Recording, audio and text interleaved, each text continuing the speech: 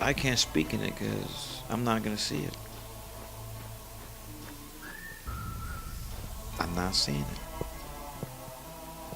I think for me, the only thing I'm gonna say is it'd be disrespectful to my ancestors to see that film. And that's the only thing I'm gonna say. I can't disrespect my ancestors. Can't do it. Can't do it. Now, that's me. I'm not speaking on behalf of anybody but myself.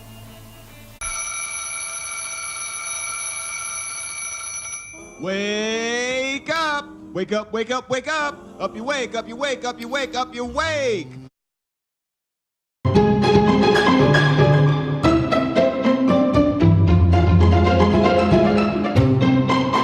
Christ, BlacKkKlansman was a super hard watch. I've been thinking about this movie for about a week and how its relevance to today's Trump climate is super comparable. It's really scary, like really freaking scary. It really makes you think, do people actually live this kind of lifestyle? Are individuals in this world really so afraid of other races that they are willing to commit insane acts to try to get their point across? This movie raises a lot of questions about the world we live in, but that being said, it is far from a perfect film. It was fine, I guess. In the last 12 months, there have been better quality films that touch on the same subject. I had this in my honorable mentions for our 2018 most anticipated list, based entirely off of the synopsis on IMDb, which reads, Ron Stallworth, an African-American police officer from Colorado, successfully manages to infiltrate the local Ku Klux Klan with the help of a white surrogate who eventually becomes head of the local branch. The thing that intrigued me the most is that the synopsis sounded very close to one of my favorite sketches from Chappelle's Show.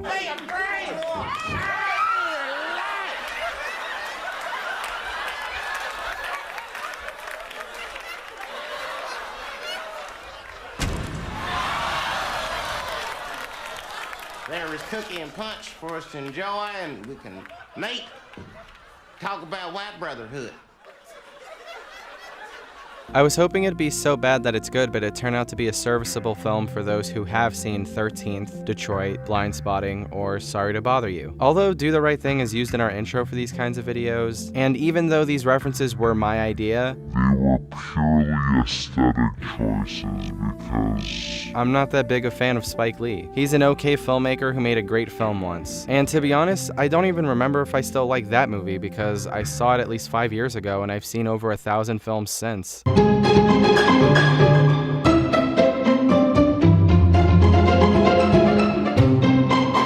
After about a week of researching about this film's events, it came to my attention that a lot of what was portrayed in the film did not actually happen. For example, there was no car explosion in real life, and the officer who was arrested at the end of the film never actually got arrested for what he did to the Black Panther activists. I know a lot of films that are based on true stories sometimes deviate from the truth, but to have this pivotal moment in your film not actually be what really happened is fucking ridiculous. The movie is even promoted to be based on some real shit for real. This story is too damn important to not be told correctly, and I couldn't believe that Spike Lee did this throughout the film. Sorry to Bother You director Boots Riley actually called out this film on his Twitter page, and it was very informative. Check it out if you get the chance. Although a lot of the story is fictionalized, as an audience member I was still completely drawn into it. The first 10 minutes are really something to behold. We are presented with an updated version of a scene in the film Gone with the Wind, and the filming of a Klan propaganda video. The man in the video calls black people vermin and rapists, and that they shouldn't be in this country, and it obviously parallels to today's world with the whole immigration dilemma. They're bringing drugs, they're bringing crime, they're rapists, and some,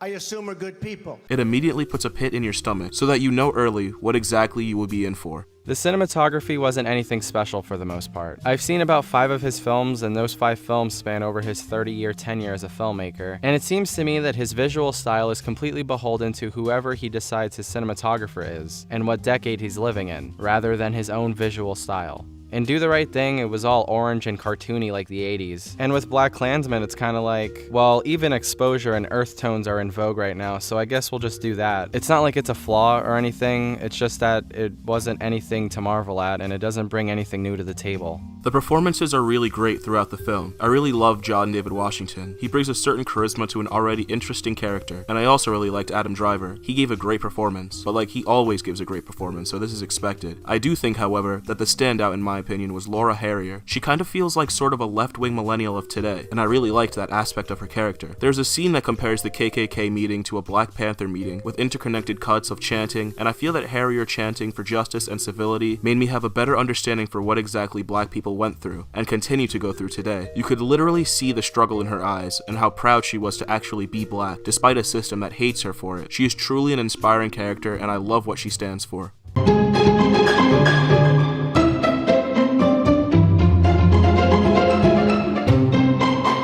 The thing that I feel gets in the way of most of Spike Lee's films is Spike Lee. In Do the Right Thing, he got in his own way because he thought he could act well enough to carry the lead role of a film, which he couldn't. And in BlacKkKlansman, it's that he thought he didn't get the point across in the narrative of his own movie, so he adds another 5 minutes about the Charlottesville riots. Like, I'm disgusted by white supremacy and Nazi sympathizers as much as the next guy. What about the alt-left that came charging at the, as you say, the alt-right?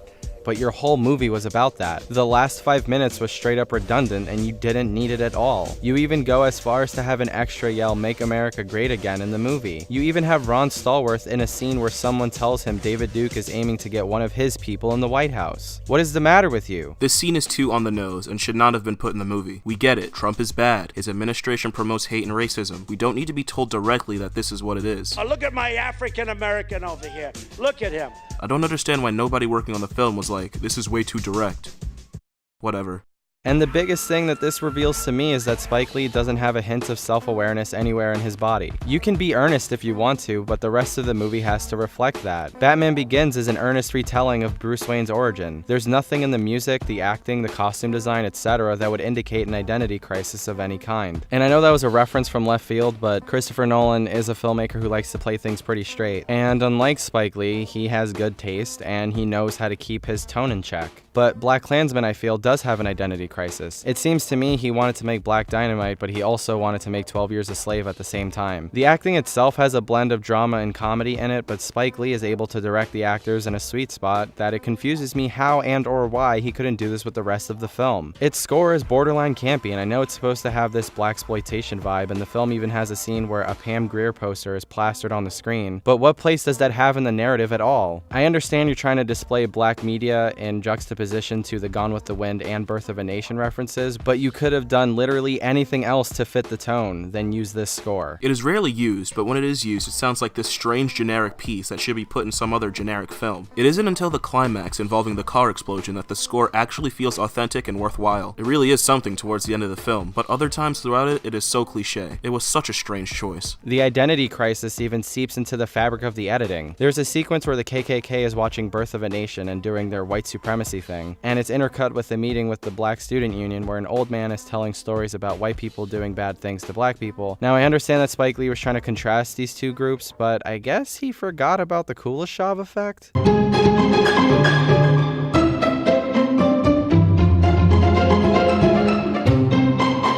For those of you who don't know what the Kuleshov effect is, it basically means that if you have one image, that image has a meaning. If you show another image, that image also has a meaning. And if you cut those two images with their own singular meanings together, they create a third meaning, or the subtext. There is this old example that is used to describe the Kuleshov effect, but like the acting is so wooden, you can't really get anything from him, and I don't understand why we're still using this as an example. When they taught this to me, I thought he didn't want the food because he just looked indifferent to everything. God damn it. I'll show you a good example of what the Kuleshov effect is. In the Good Old Days segment of the documentary by Ava DuVernay called 13th, the Kuleshov effect is used. There are images of black people being pushed around at Trump rallies, and from that image you can understand that these people hate them because they're black. Then you see another clip of archival footage from the civil rights era where the same thing is happening to other black people, and you can understand that these people don't like the black people because they're black. Now, if you put those two images right after each other, you understand that the third meaning, or the subtext, that DuVernay is trying to express is that racism never ended, and the same thing that was happening 50 to 60 years ago is still happening today. And I guess what Lev Kuleshov didn't anticipate was the addition of sound to films, so getting across the third meaning, or the subtext, is immensely easier than it was when the film theory was originally established. In the good old days, this doesn't happen because they used to treat them very, very rough.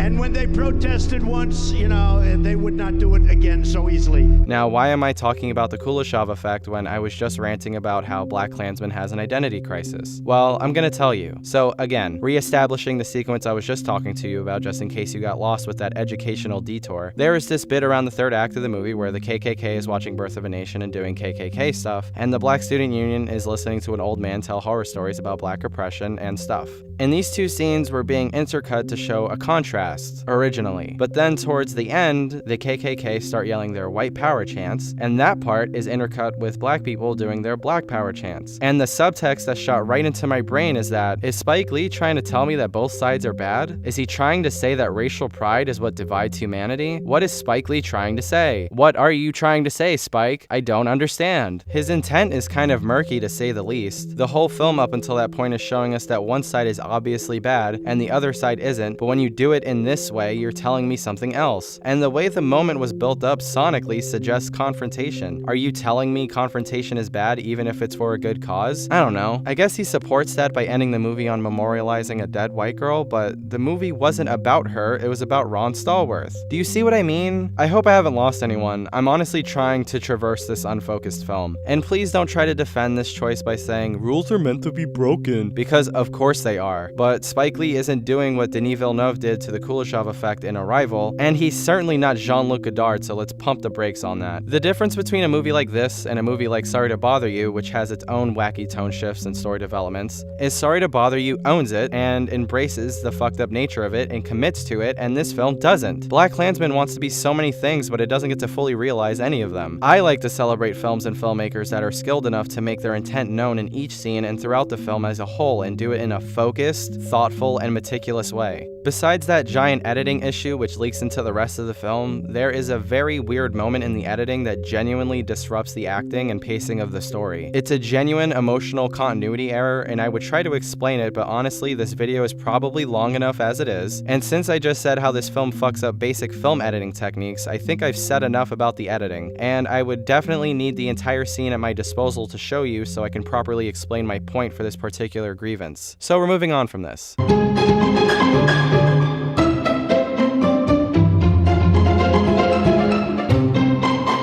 In conclusion, like I said before, it seems to me that he wanted to make Black Dynamite, but also he wanted to make 12 Years a Slave. That mix sounds like Django Unchained, but that movie's a 9 out of 10 for me. Man, when Leo cuts himself on that glass and keeps acting, what a babe. Wait, say that again. Leo was such a babe for. No, the other thing. A Black Dynamite and 12 Years a Slave mix sounds a lot like Django Unchained. I think, the only thing I'm going to say is it would be disrespectful to my ancestors. Are you sure about that? Whoa. Did you just get woke? I think so. Is this gonna be like the end of our Black Panther review? Well, you can measure lack of support for a film or types of films with box office totals, and you can see trends with the numbers, but I don't think there is a unit of measurement for hypocrisy.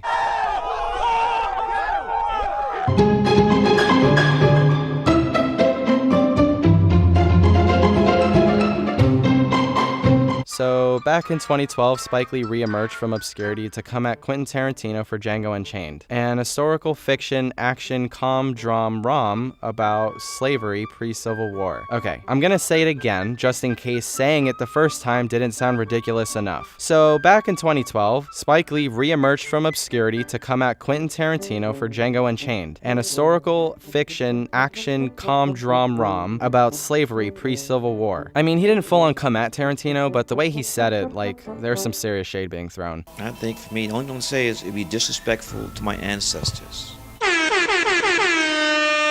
Jamie Foxx plays a slave who, with the help of a white bounty hunter, infiltrates a slave plantation. Does that sound familiar to you? It almost sounds like a movie I saw recently about a black guy who gets help from a white guy from the law enforcement to infiltrate a racist institution. Spike, you're a hypocrite. Now, normally, I wouldn't apply this exterior complaint to my score, like with the Black Panther video, because it was everything surrounding the movie, and the people I was annoyed with were everyone besides the people who made it. But with this film, this exterior complaint of mine becomes linked with the film itself because Spike injects himself directly in the movie, with no regard for the audience or himself. Another director that that does this is my favorite living director, Darren Aronofsky. His characters reflect himself like Spike Lee does, but Aronofsky does it in a way that is self-aware. And self-awareness isn't just a device for comedic criticism. It can also be used to critique in many other ways, and I feel like Aronofsky's characters, both protagonist and antagonist, are reflections of his inner conflict as a person. All the films he's made since 2006 are probably the best examples of that. Except for Noah. We never talk about Noah. We never ever talk about, just don't. Like I said, Spike does the same thing, but the self-awareness is simply not there, because he puts his protagonist and makes his films where he has the moral high ground. So he can't possibly be wrong, which is why when he raises his nose at Quentin Tarantino for making a movie about a slave during slave times, but then goes and tries to make a movie that has the same fucking foundation as Django, but takes place 100 years after, I think it's safe for me to call Spike Lee a self-righteous hypocrite. Not to mention, Spike Lee directed The 25th Hour, which was written by a white guy, which contains one of the most racist, homophobic, and edgy monologues in cinema, where there is literally a line where the main character says, "Slavery ended 137 years ago. Move the fuck on." And suddenly he's fine with it? Now, he's had problems with Tarantino for over 20 years, but like, come on. Tarantino tried to do the period justice while putting his own spin on it by making up his own revenge story. And Spike Lee manufactured major plot points of a true story to fit his own narrative. And the reality was much more brutal. And I thought, wouldn't it be interesting to work with a director telling a story about slavery if the director wasn't intimidated by violence and brutality and gore and the dark side of the human soul? And all of that is true for Tarantino. Dang, true. It kind of feels like critics and audiences are ignoring this striking hypocrisy because Spike Lee is a black director, but then whenever Tarantino is brought up, he is chastised because they don't think a white person should tell this kind of story, or at least that is what I'm getting from the situation. It is almost as if people are afraid to criticize black artists because of future harassment or being labeled a racist, but would call out a white director for his quote-unquote bullshit. It should not matter. A lot of people have this same mentality when it comes to other films too, such as last year's Detroit from director Kathryn Bigelow. If this is the story writers and directors want to tell, and as long as the message is presented clear and respectfully, then people should not be criticizing them. Let them create. Exactly. And speaking of Kathryn Bigelow, in talking to the DGA after a screening of Detroit last year, she explained how she and the writer only went over the events as documented and tried their best not to fabricate anything. So you must have struggled with that choice because you know you're sort of feeding into an expectation, but it's also the truth. But it's also the truth. So you go with the truth. Yeah. Yeah, that was my parameter always. You know, if this happened, or if the autopsy report dictated such, or if the court transcripts gave me a cadence and a sense of the dialogue and the voice of the particular individual, then that was sort of what dictated. So it's funny how Spike Lee will just make shit up and be praised, but Kathryn Bigelow doesn't, and she gets shit for it. I understand the point that narrative films aren't documentaries, but if you make shit up, you're putting an impression in the casual viewer's mind that these events actually happened. And I think that is more insidious than anything Quentin Tarantino has ever wrote. Detroit was lit.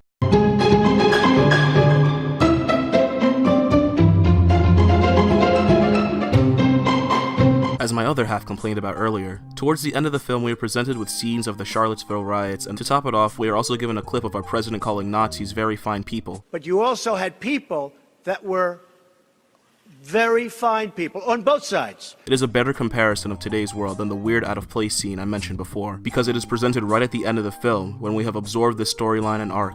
It's really freaking scary to know that our president is normalizing and legitimizing these literal Nazis walking through American streets. I don't really like to get super political in my life. I like to avoid it as much as possible because politics are super depressing, but this should have been the last straw to all of his supporters. He can say and do all these insane things, but when people still freaking defend him and support him, it worries me that all this hate will never go away in the US. Spike Lee really made me think at the end of this film. It hit home in so many ways.